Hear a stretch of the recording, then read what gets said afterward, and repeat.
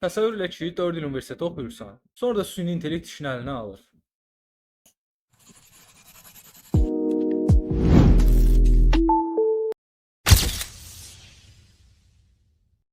Bu gün bir çox gənclər bəhanələr eləyir. Bəhanə eləyir ki, güya iş yoxdur. Gələcəkdə süni intellekt işimizi əlimizdən alacaq. Amma gəlin acı reallıqla üzləşək. Sənin işini əlindən alan süni intellekt yox, əlindəkiləri, süni intellekti daha yaxşı istifadə etməyi bacaran, daha ağıllı, daha zəhmətkeş insanlardır. Bu gün universitetin qapısından içəri girən 90% tələbə vaxt itirir. Ya kafelərdə oturub boş-boş qeybət qırır, telefon arxasında vaxt keçirdir, video seyredir. Ya da imtahandan bir gecə əvvəl kiminsə konspektindən əzbərlədiyi biliklərlə 51 balla kəsirdən keçir. Bu məsələ ilə bağlı danışmaq bu cür həqiqətən rahatdır. Ancaq ki, yəni qarnı tox və yaxud da isti ofisində hər hansı bir sahibkar kimi bu məsələyə baxmaq, yəni məncə yaxşı bir baxış açısı deyil. Çünki o dediyimiz uşaqların, o dediyimiz gənclərin 18-20 yaşı var və onları günahlandırmaq bu qədər də asan da olmamalı. Çünki, yəni bizim cəmiyyətdə belə desək, bizim cəmiyyətdə, bizim mentalitetdə universitetə girmək, yəni sadəcə yəni təhsil almaq deyil və yaxud da bir elmə yiyələnmək üçün onunca arxasına qaçmaq deyil. Sadəcə ailənin, qohumların və yaxud da qonşuların yanında nə deyəcək və yaxud da cəmiyyət nə deyər sualından, qorxusundan qaçmaqdır. Artıq bu məqamda niyə süni intellekt kimi innovativ düşünmürsən sualını onlara vermək olmaz və yaxud da onlara bu cür qəzəblənmək olmaz. Çünki sistemin qolunu, qanadını qırdığı o gənclərin birisi tərəfindən niyə uçmursan sualını demək məncə insafsızlıqdır.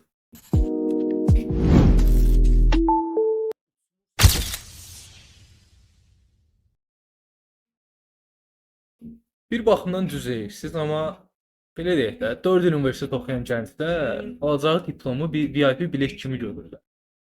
Gözləyirlər ki, bunlar məzun olandan sonra şirkətlər düzüləcək növbədə və deyəcəklər ki, mən bu insana yüksək maaşdan iş verməliyim. Əsl olan nədir? Hal-hazırda bir çox məzun heç kömək almadan rəsmi e-mail yaza bilmir.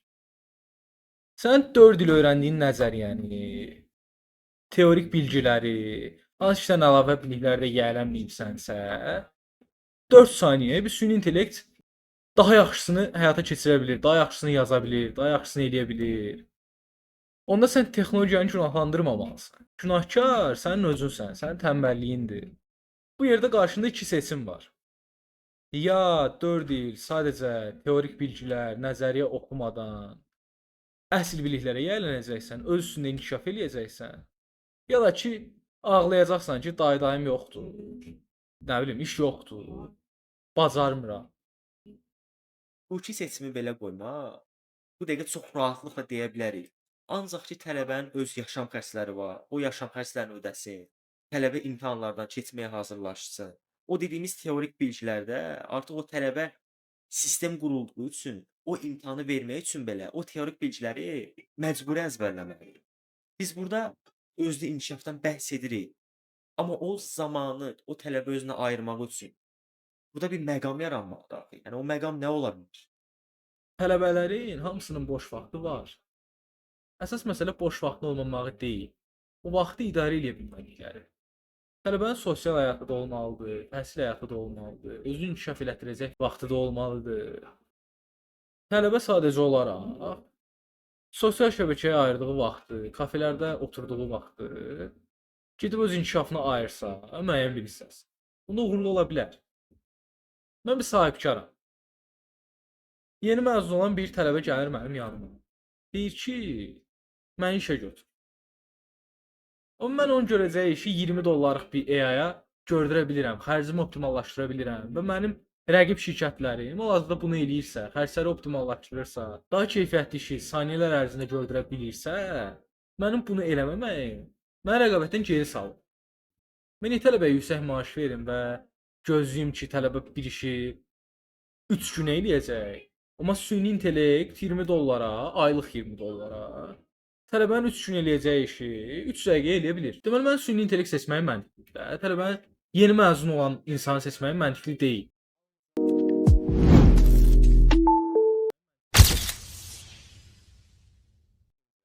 Mənim fikrimcə bu məqamda iki situasiya ortaya çıxır. Yəni bunlardan ilki odur ki, aha, doğrudur. Sənin rəqiblərin AI-ya ayaq uydurdu və səndən irəli keçdi. Ancaq ki, o dediyimiz süni intellekt də eyni data ilə öyrədilib. Sənin də o rəqib şirkətində yaratdığın məhsul və yaxud da yaradacağı servis eyni və oxşar məhsullar olacaq. Bu məqamda da sənin digər şirkətlərdən fərqlənmə kimi bir xüsusiyyətin təəssüf ki, olmayacaq.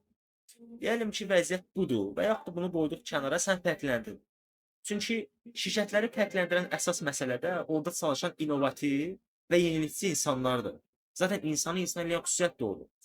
Dediyimiz tələbə o qazancı əldə edə bilmədikdə, sənin məhsulunu alacaq kitlə yaranmadıqda, o məhsulun yaranmağı, yəni kimə yarar var? Burada məsələ odur ki, hamı AI-dan istifadə eləsə, ortada bir yenilik qalmır. Və yeniliyi də nə yarada bilər? İnsan, insanın ruhu. Ki insanı süni intellektdən fərqləndirən şey insanın ruhudur. Mənə bir məzun gəlsə desə ki, mən süni intellektdən istifadə eləyərək və yaxud da şirkətin mənim üçün yaratdığı olanaqlardan istifadə eləyərək sənə bu qədər töhfə verəcəm. Ya da sadəcə süni intellektdən istifadə eləyərək sənin işini 2 qat sürətləndirəcəm. Mən o tələbəyə 2 qat maaş verərəm. Bu məzuna 2 qat maaş verərəm. Çünki məsələ mükəmməliyyətçi olmaq deyil. Məsələ əlində olanı yaxşı inkişaf elətdirə bilməkdir. Məsələ əlində olanlardan istifadə edə bilməkdir. Məsələ yenilikçi düşünə bilməkdir.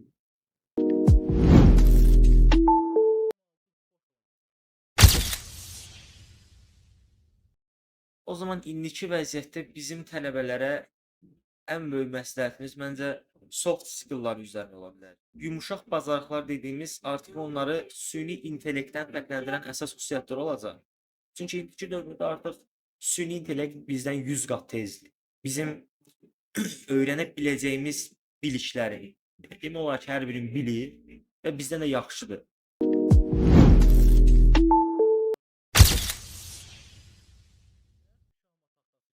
Həyat bir şahmat taxtası kimidir. Normal 90% tələbə o şahmat taxtasındakı piyada kimidir. Ancaq irəli gedirlər. O nə mənada irəli gedirlər? Müəllim bunu elə deyir, eləyir. Bunu oxu, oxu. İmtahandan keç, keç. Sadəcə piyada kimi düz hərəkət eləyir.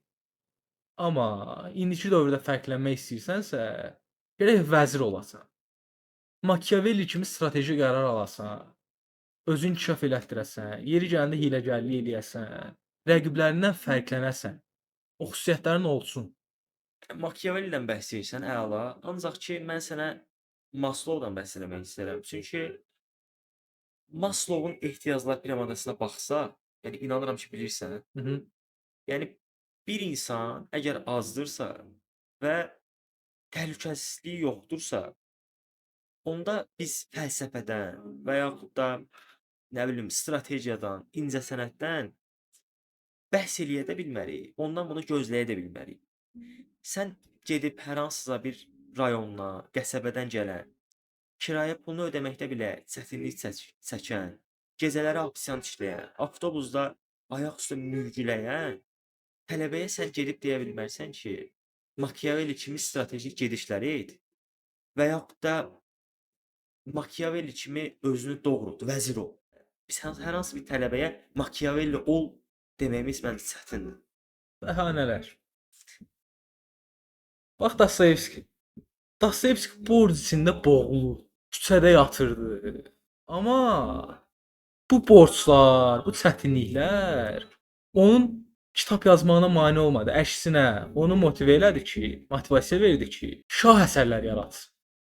Dostoyevskinin kitabları dünya klassiklərinə aiddir də, yəni bu danılmazdır. Yəni çətinlik səni yetişdirən, sənin inkişafına dəstək olan bir şey olmalıdır. Gözəl, maraqlı, ancaq yəni çətinlikdən bəhs etdiksə, Dostoyevskinin də rəqibi süni intellekt deyildi. Yəni Dostoyevskinin rəqibi Tolstoydu, Turgenev idi. Amma indiki vəziyyətdə mənim də, sənin də, çöldə gedən hər hansı bir şəxsin də elə bir rəqiblə qarşı-qarşıyayıq ki, biz acırıq, o acmır. Biz yatmalıyıq, amma o yatmalı deyil. Bu vəziyyətdə sən Dostoyevskidən bəhs edə bilərsən, amma onu da nəzərə almaq lazımdır ki, indiki tələbənin, indiki gəncin rəqibi bir kod parçasıdırsa, rəqibi bir süni intellekt isə, onun rəqibi canlı qanlı bir insan idi. Bu vəziyyətdə səncə bu rəqibə qarşı necə bir bayaq yəni strategiyadan bəhs elədik. O tələbə necə bir strategiya yürütməlidir?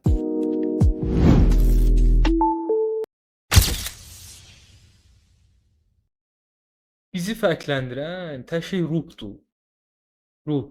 Amma bizim gənclər daxilən də boşalıblar.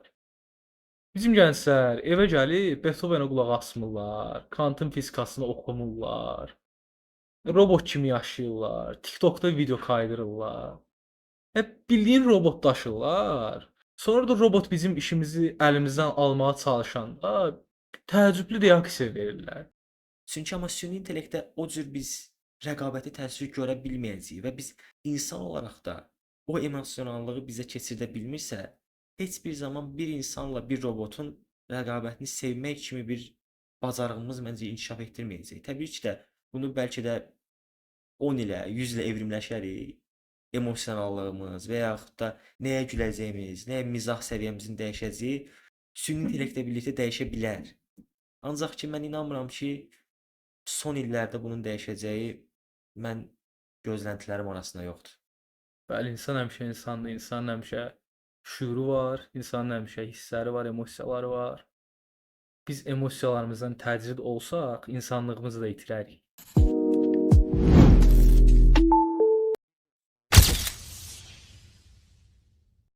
Bir dostumun onun dediyi bir sözü məsəl gətirmək istəyirəm bu xüsusiyyətlərlə bağlı.